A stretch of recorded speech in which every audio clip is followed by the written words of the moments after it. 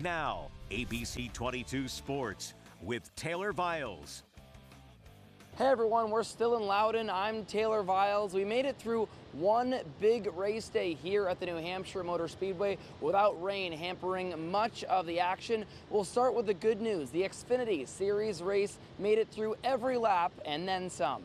These Psyops 200 got underway with wet weather tires, which proved to be a handful early on. Cole Custer took the lead early with Matt DiBenedetto having a slow getaway. Slick tires were put on and heavy rain held off. At the end of Stage 1, two junior motorsports drivers battled for the lead, with Sam Mayer taking the stage win. At the start of Stage 2, Christopher Bell took the lead from Justin Bonsignor. Bell is 3 for 3 in Xfinity competition here. Following a pair of late cautions, multiple cars piled up in Turn 2, including Bonsignor, Austin Hill, and Sam Mayer. Two more crashes caused an overtime finish. Cole Custer, Sheldon Creed, and Christopher Bell took the white flag 3 wide. Custer fell to third. Creed slipped in the corner, giving Bell the advantage. C. Bell remains perfect in New Hampshire, winning for the 4th time. We heard from the top 3 post-race. I didn't want to break it, but you know, I can't stress enough how hard winning is. And to win any race, everything has to go right.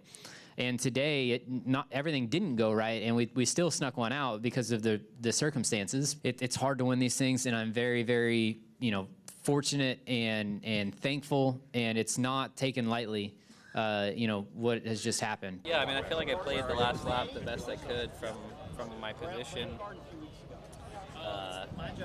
Just all racing hard to have a shot like that.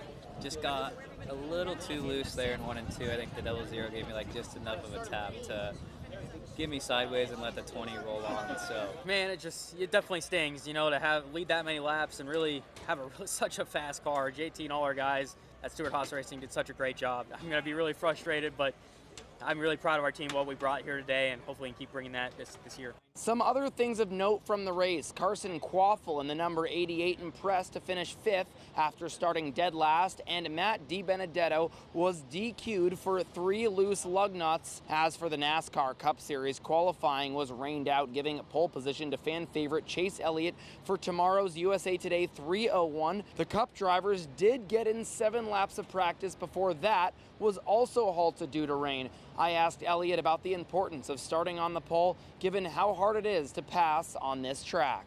Certainly, we'll take a good starting spot, and more importantly, take a really good pit pick there on pit road. I always feel like the pit stall is more important than the starting spot, just because you live with the pit box all day. That can be the difference in you coming off pit road 1st or 3rd. It was just a solid effort from our group over the last 2 or 3 months to have us in a good position to take advantage of the circumstances today.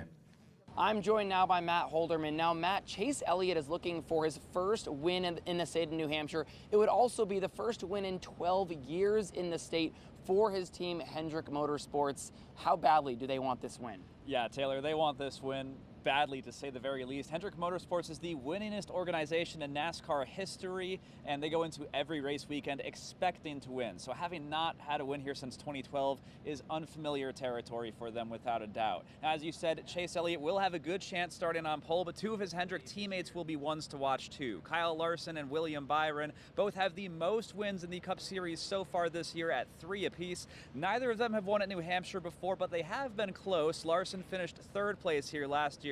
I asked them if they're feeling any extra pressure to win here, knowing how long it's been, and if it would make getting the win all that much more sweet. I wouldn't say it adds any pressure, but I think for sure it'd mean a lot to the company if one of us 4 could win. I think it's been more than 10 years, honestly. It's a tough track, and there's been a couple teams that have been dominant here for a while now. Yeah, Casey Kane was the last win here, so that's been a while for sure. Last year we actually had a decent car.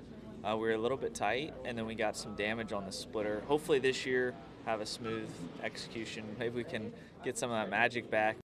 Byron will start right behind his teammate of Elliott in 3rd place as he looks to find that magic. Meanwhile, Larson is going to have to claw his way through the field to get that lobster.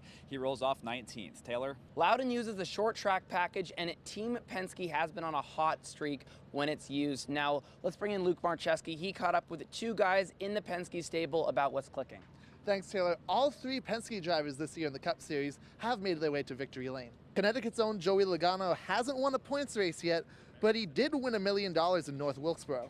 Austin Cindric and Ryan Blaney have won points races. Cindric won in St. Louis. Blaney got the trophy last week in Iowa. Going into Loudon, I asked Blaney and Logano if anything learned from those races will come to light. Short tracks have been a strong suit for us this year. Last year, I even would say the same thing. You just have to continue to learn with each other and your team and your teammates, and but at the same time, you have people in the background working on mile-and-a-half stuff. I still think we learned a lot in Wilkesboro. We had the tire test there. We definitely tried a lot of things with the 22 car and really been able to try to carry those along with us and find some success because of it. I feel like those are really the main reasons why. And hopefully this weekend in Loudon we're able to capitalize again. By the way, Taylor, in 2009, Logano made history by becoming the youngest driver ever to win a race at age 19. That was right here in Loudon on a June rainy day. Maybe he'll have another one tomorrow. Rain might be on his side. Rain might be on his side. Hopefully it does stay dry, though. That's going to do it for us. We will have the action from the USA Today 3:01. If it does stay dry, that has been moved up a half an hour to 2 p.m. For now, though, reporting in Loudon, I'm Taylor Viles.